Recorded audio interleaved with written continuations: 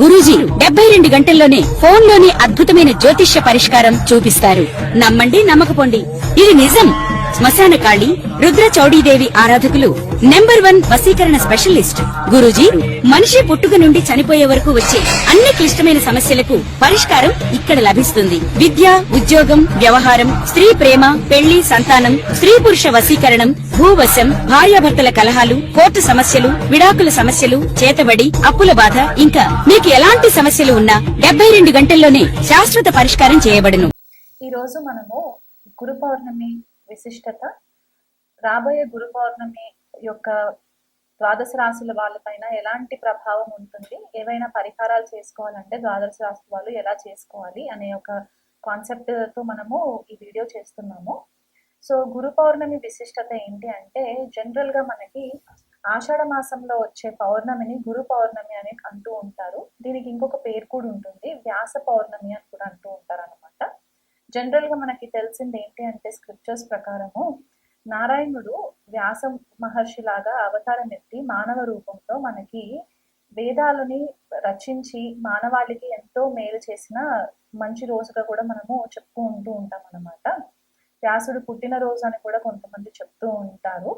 So ఈ గురు పౌర్ణమి విశిష్టత ఏంటి అంటే, మనకి మొట్టమొదటిగా వ్యాసుడిని గురువుగా కూడా మనము భావించి వ్యాస మహర్షికి పూజలు కూడా చేస్తూ ఉంటారు కొంతమంది కొన్ని ఆలయాలలో.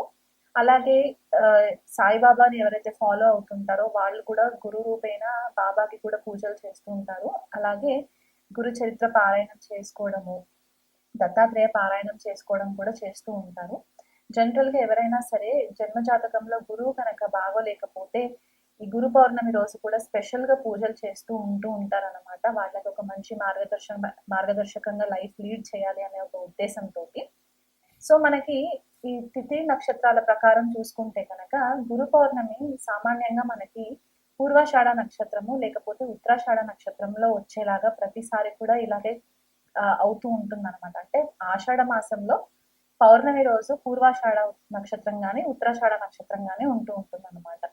సో పూర్వాషాఢ నక్షత్రం 4 పాదాలు కూడా మనకి ధనుసు రాశిలో ఉంటుంది. 1వ పాదం ఉత్తరాషాఢ నక్షత్రం మనకి ధనుసు రాశిలో ఉంది. మిగతా 3 పాదాలు కూడా మనకి మకర రాశిలో ఉంటుంది. సో జనరల్ గా మనకి ఒకటి గుర్తుగా మనం ఎలా పెట్టుకోవచ్చు అంటే, ఆషాఢ మాసంలో వచ్చే పౌర్ణమి మనకి మనకి ధనుసు రాశిలో ఉన్న పూర్వాషాఢ నక్షత్రము లేదా మకర రాశిలో ఉండే ఉత్తరాషాఢ నక్షత్రం పడినప్పుడు మాత్రం మనకి ఈ గురు పౌర్ణమి వచ్చే విశిష్టత కనిపిస్తూ ఉంటుంది అనమాట. అయితే మనకి జనరల్ గా ఏమో అంటారంటే, ఈ 2 నక్షత్రాలు కూడా ఎలాంటి ఆబ్స్టికల్స్ ఉండి మనకి అసలు పనులు అవ్వట్లేదు, మనము ముందుకు వెళ్ళట్లేదు అని అనుకున్నప్పుడు ఈ నక్షత్రాలు మనకి సామాన్యంగా విజయవంతంగా మనకి సక్సెస్ ని తీసుకువచ్చే నక్షత్రాలు అనమాట. అంటే ఎంత కష్టమైనా సరే అల్టిమేట్ గా మనకి సక్సెస్ అనేది మాత్రం ఖచ్చితంగా ఈ నక్షత్రాలలో రావడానికి ఆస్కారం ఉంటుంది. ఈ పూర్వాషాఢ నక్షత్రము యొక్క విశిష్టత ఇంకోటి ఏంటి అంటే, చాలా రెబెలియస్ గా ఉంటారు వీళ్ళు, స్ట్రాటజీ ఫాలో ఎక్కువ అవుతూ ఉంటారు, స్ట్రాటజీ ప్లానింగ్ చేసుకుంటూ ఉంటారు. దానికి అల్టిమేట్ గా ఏమవుతుందంటే వీళ్ళకి సక్సెస్ రావడానికి చాలా హెల్ప్ అవుతుంది. అదే ఉత్తరాషాఢ నక్షత్రం కనుక తీసుకున్నట్లయితే కనుక వీళ్ళు చాలా బేస్ లెవెల్లో నుంచి స్టార్ట్ చేసుకొని అల్టిమేట్ గా ఒక మెట్టు పై మెట్టు ఎక్కుకుంటూ వీళ్ళు అల్టిమేట్ గా సక్సెస్ లీడ్ చేయడానికి కూడా మనకి హెల్ప్ అవుతుంది అనమాట. ఉత్తరాషాఢ నక్షత్రం చాలా రెబేలియస్ ఎనర్జీ ఉంటుంది వీళ్ళకి, పట్టు వదలని విక్రమార్కుడు లాగా ఫైట్ చేస్తూ ఉంటారు అనమాట. సో ఈ 2 నక్షత్రాల విశిష్టత అది. అలా కాకుండా మనకి ధనుసు రాశి మనకి ఇంపార్టెన్స్ ఇక్కడ ఏమవుతుందంటే, కాలపురుష కుండలిలో మనకి 9వ స్థానము లేదా భాగ్యస్థానం అని చెప్తూ ఉంటాము. అండ్ గురు బృహస్పతి రూల్ చేసే ఒక రాశి లాగా కూడా చెప్తూ ఉంటాం అనమాట ధనుసు రాశి. సో ఇక్కడ మనకి మెయిన్ గా టీచింగ్స్ ఏం కనిపిస్తాయంటే, గురు యొక్క ఆశీర్వాదము లేదా తండ్రి యొక్క ఆశీర్వాదము, గురువు కానీ తండ్రి కానీ వాళ్ళు మనకి ఒక మార్గదర్శకమైన బాటలో మనకి నడిపించడానికి వాళ్ళు నేర్పే మంచి మాటలు, మన ధర్మానికి సంబంధించి మతానికి సంబంధించి ఏవైతే మనకి నైతిక విలువలు ఉంటాయో అవన్నీ కూడా మనకి ధనుసు రాశి నుంచి ఉంటాయి అన్నమాట.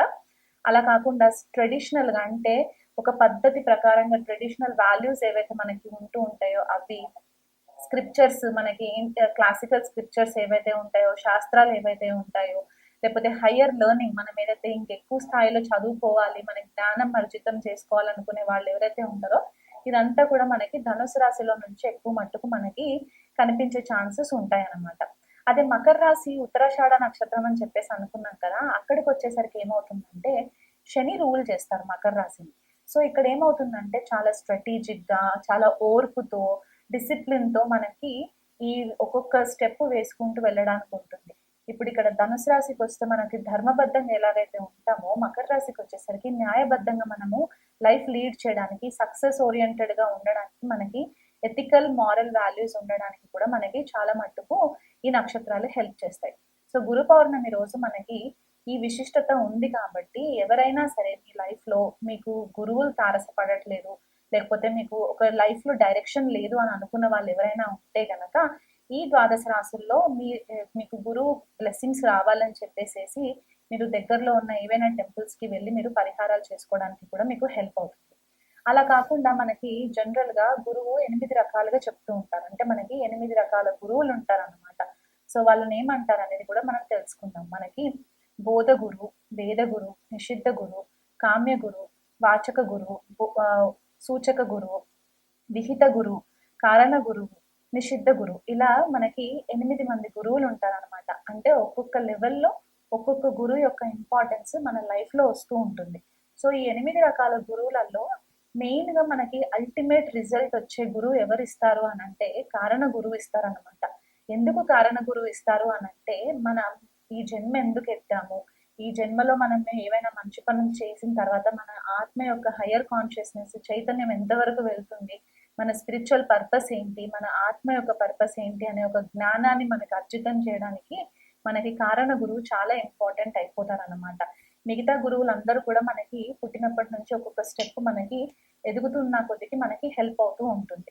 కాకపోతే అందరి లైఫ్ లో మనకి ఫస్ట్ ఇంపార్టెంట్ గురువు మనకి తల్లి అవుతుంది కాబట్టి మదర్ మనకి ఫస్ట్ గురువు అవుతారు, తర్వాత తండ్రి సెకండ్ గురువు అవుతారు, తర్వాత మనకు వచ్చే స్కూల్లో టీచర్స్ అవ్వచ్చు, మన మెంటర్స్ అవ్వచ్చు, కాలేజ్కి వెళ్ళిన తర్వాత మన లెక్చరర్స్, ప్రొఫెసర్స్ ఎవరైతే ఉంటారో వాళ్ళు గురువులు వస్తూ ఉంటారో.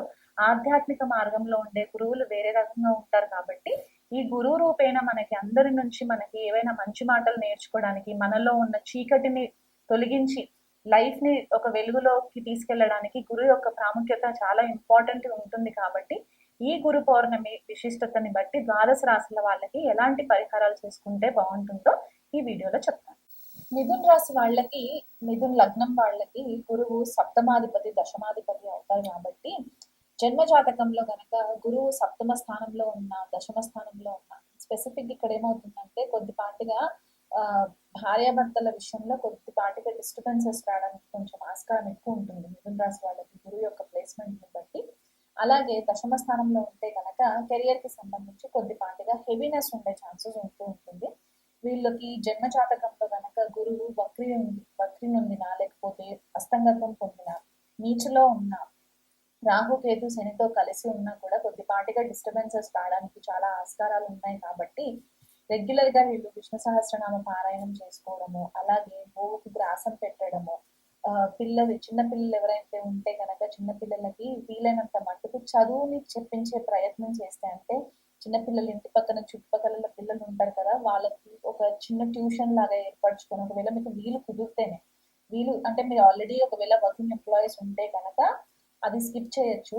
ఇంట్లో హౌస్ వైఫ్స్ ఎవరైనా ఉంటే గనక మీకు జన్మజాతకంలో గురువు యొక్క ప్లేస్మెంట్ బాగోలేక మిథున రాశి అయితే కనుక మీ నైబర్హుడ్ లో కనుక చిన్నపిల్లలు ఎవరైనా ఉంటే వాళ్ళకి కొద్దిపాటిగా మినిమల్ ఫీజ్ తీసుకొని వాళ్ళకి చిన్నగా ఏదైనా జ్ఞానం ట్రాన్స్ఫర్ చేయడానికి కనుక మీరు ప్రయత్నం చేస్తే మీ గురు యొక్క బ్లెస్సింగ్స్ చాలా మెరుగు పొందడానికి ఛాన్సెస్ ఉంటాయి. ఎందుకంటే ఈ స్పెసిఫిక్ గా ఈ రెమెడీ ఎందుకు చెప్తున్నానంటే మిథున రాశి స్వతహాగా కమ్యూనికేషన్ కి సంబంధించి ఉంటుంది. మనము ఎలా కమ్యూనికేట్ చేస్తున్నాము, మన నైబర్స్ తో ఎలా ఉంటాము అనేది కూడా మనం ఇక్కడ చూస్తూ ఉంటాం. కాబట్టి మీ నైబర్హుడ్ లో ఉండే చిన్న పిల్లలు ఎవరైతే ఉంటారో, 12 ఏళ్ళలో పిల్లలు ఉంటారో, వాళ్ళకి ఏదైనా గురువు రూపైన మీరు వాళ్ళకి మంచి విద్యా బోధన చేయడము, లేకపోతే ఏదైనా శాస్త్రానికి సంబంధించి, లేకపోతే రామాయణ భాగవతాలకి సంబంధించి చిన్నపాటి క్లాసెస్ కనుక మీరు అరేంజ్ చేసి వీక్లీ ఒక్కసారైనా సరే వాళ్ళకి కనుక మీరు జ్ఞానాన్ని ట్రాన్స్ఫర్ చేసినట్లయితే కనుక మీకు గురువు యొక్క బ్లెస్సింగ్స్ రావడానికి చాలా హెల్ప్ అవుతుంది. మీరు కూడా స్వతహాగా రెగ్యులర్ గా స్కిల్స్ ని అప్డేట్ చేసుకుంటే ప్రయత్నం చేస్తూ ఉండండి. వర్కింగ్ ఎంప్లాయీస్ అయితే గనక ఒక దగ్గర స్టక్ అయిపోయినట్టు అనిపిస్తే గనక కొత్త స్కిల్స్ ఏదైతే మార్కెట్ లో రిలీజ్ అవుతుందో ఆ స్కిల్స్ పైన ఎక్కువ ఫోకస్ చేసే ప్రయత్నం చేయండి.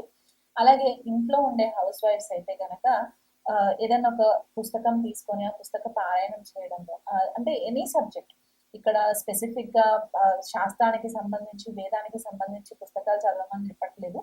ఏ సబ్జెక్ట్ అయినా సరే మీకు ఇంట్రెస్ట్ ఉంటే కనుక మీరు ఆ జ్ఞానం తెచ్చుకున్న తర్వాత మీ ఇంట్లో పిల్లలకి కూడా ఆ నాలెడ్జ్ ని కనుక మీరు ట్రాన్స్ఫర్ చేస్తే కూడా మీకు మంచి రిజల్ట్స్ వస్తాయి. అలాగే జన్మ జాతకంలో కనుక గురువు ద్వితీయ స్థానంలో ఉన్న, పంచమ స్థానంలో ఉన్న, భాగ్య స్థానంలో ఉన్న మీకు మంచి రిజల్ట్స్ రావడానికి ఛాన్సెస్ ఉంటాయి. అలాగే లగ్నంలో ఉన్నా కూడా కొద్దిపాటిగా మీకు యొక్క సొసైటీలో ఒక మంచి రికగ్నిషన్ రావడానికి కూడా ఛాన్సెస్ ఎక్కువ ఉండే పరిస్థితి కనిపిస్తూ ఉంటుంది. ఒకవేళ ఇదే గురువు సప్తమాధిపతి దశమాధిపతి అయి షష్ట అష్ట వ్యయ భావాలలో ఉంటే కనుక కొద్దిపాటిగా డిస్టర్బెన్సెస్ తీసుకురావడానికి ఆస్కారం ఉంటుంది. అనవసరమైన కోర్ట్ కేసెస్, లిటిగేషన్స్, భార్య భర్తల మధ్య చికాకులు ఇలాంటివి వచ్చే ఛాన్సెస్ ఉంటాయి. అలాగే అత్తవారింటితోటి కొద్దిపాటిగా రిలేషన్షిప్స్ లో కొంచెం ఇబ్బంది పడే పరిస్థితులు కనిపిస్తూ ఉంటాయి. అలాగే మనకి ఫారెన్ ట్రావెల్ ఎవరైనా చేయాలనుకుంటే ఆబ్స్టికల్స్ రావడం కనిపిస్తూ ఉంటుంది. దూరదేశ ప్రయాణాలలో ఇబ్బందులు రావడము, లేకపోతే foreign trading, export and import business చేసే వాళ్ళు ఉంటారు. అలాంటి వాళ్ళు చేస్తుంటే కనుక అక్కడ కూడా కొద్దిపాటిగా డిస్టర్బెన్సెస్ వస్తాయి అన్నమాట దుష్టాన హౌసెస్ లో ఉన్నప్పుడు.